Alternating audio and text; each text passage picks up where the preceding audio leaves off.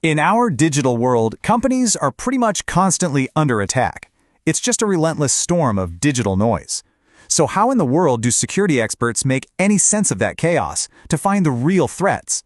Well, it all starts with understanding just how loud that noise really is. Okay, to really get this, you have to appreciate the sheer scale of the problem. Just picture a security team watching their screens. Alerts are firing off constantly. We're talking about large companies facing more than 10,000 security alerts every single month. Think about that. That's over 300 alerts a day. But here's the really wild part. The vast majority of those alerts, they're not even real threats. Research shows that a staggering 52% of them are just false positives. Harmless activity that just happens to look a little suspicious. Imagine if more than half the notifications on your phone were completely wrong. That's what they're dealing with. So you can imagine what this constant stream of noise does to the actual humans on the front lines. There's a name for it: alert fatigue. When you are buried in false alarms, your brain just starts to tune it out. Your attention dulls, and it becomes so easy for a genuine critical threat to just get lost in the shuffle. So, how do you bring order to all this chaos? How do you separate that one critical signal from all that noise? The answer isn't just about reacting faster, it's about reacting smarter. And that all starts with having a plan, a really solid playbook for when a crisis hits. For a lot of organizations, the foundation for that playbook comes from a framework created by the U.S. National Institute of Standards and Technology, or as everyone calls it, NIST.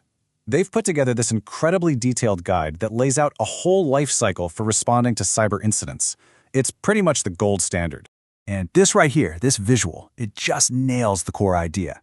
Responding to an attack isn't a straight line from A to B. It's a continuous cycle. You're constantly preparing, detecting, responding, and most importantly, learning. Every single incident, big or small, feeds right back into the process to make you stronger. So let's break that cycle down. It really boils down to 4 key phases. First, you've got preparation. That's all the homework you do before anything bad happens. Second, detection and analysis. This is where you spot something fishy and try to figure out what's going on. Third is containment, eradication, and recovery. Okay, this is the firefight. Stopping the attack, kicking the bad guys out, and getting things back online. And finally, and this one is arguably the most important, post-incident activity. That's where you learn from what just happened. Now, out of all those 4 phases, there's one that is almost always the biggest bottleneck, the biggest headache. And that's number 2, detection and analysis. This is where that alert fatigue we talked about really lives, and it's where the battle to find the real threat is either won or lost. Researchers who study this stuff have the perfect analogy for it. They describe what security analysts have to do as finding a needle in a haystack. You've got literally thousands of pieces of hay. Those are your alerts, and you have to manually sift through every single one to find that one sharp needle that's the actual attack. And what makes finding that needle so incredibly hard isn't just the sheer number of alerts. It's that the data is coming from everywhere. Firewalls, antivirus software, you name it.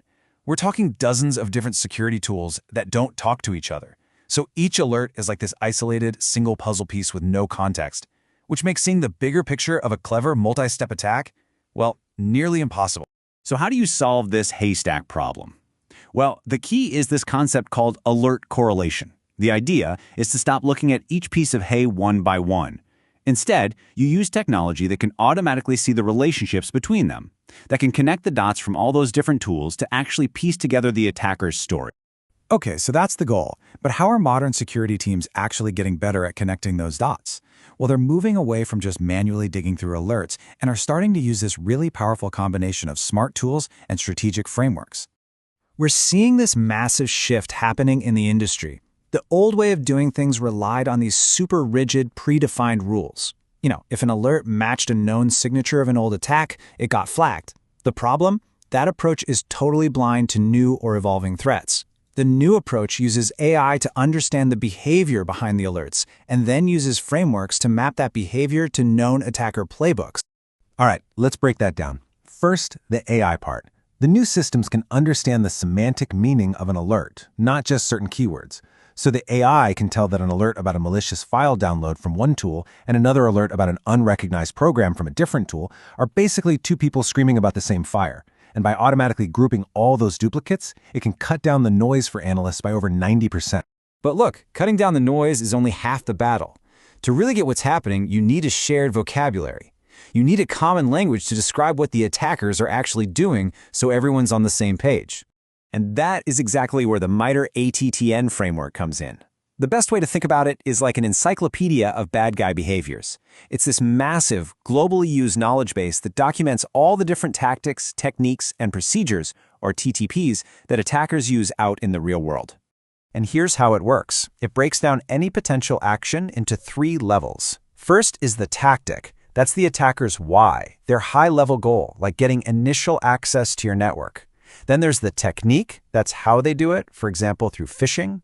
And then the sub-technique gets super specific, like using a spear phishing attachment. So an analyst sees an alert, maps it to this framework, and boom, they instantly have context and understand the attacker's intent. Okay, let's pull all these threads together now and see how this all builds toward that final and I think most critical phase of the whole response cycle. Because, look, stopping one attack is good, but learning from it, that's the real game changer.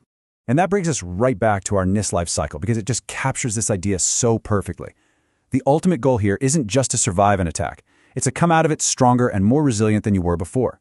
The cycle completes by turning today's incident into tomorrow's defense. At the end of the day, this whole process, this whole framework, is really about one thing: continuous improvement. Every single security incident, whether you blocked it perfectly or it caused some real damage, is a golden opportunity to learn and to make your defenses that much tougher. So that post-incident activity phase isn't just a vague idea, it's a real process. It means holding a formal, lessons-learned meeting where you ask the tough questions. What went right? What went horribly wrong? Did our playbook actually work? And that analysis leads to real changes, updating policies, improving your technology, and making sure that same attack can't happen in the same way ever again. And when you do all this, you see this amazing transformation happen. Your cybersecurity strategy stops being just a reactive firewall that just blocks stuff. It becomes something more, like a proactive learning immune system for the whole organization, one that adapts and gets smarter with every single threat it faces.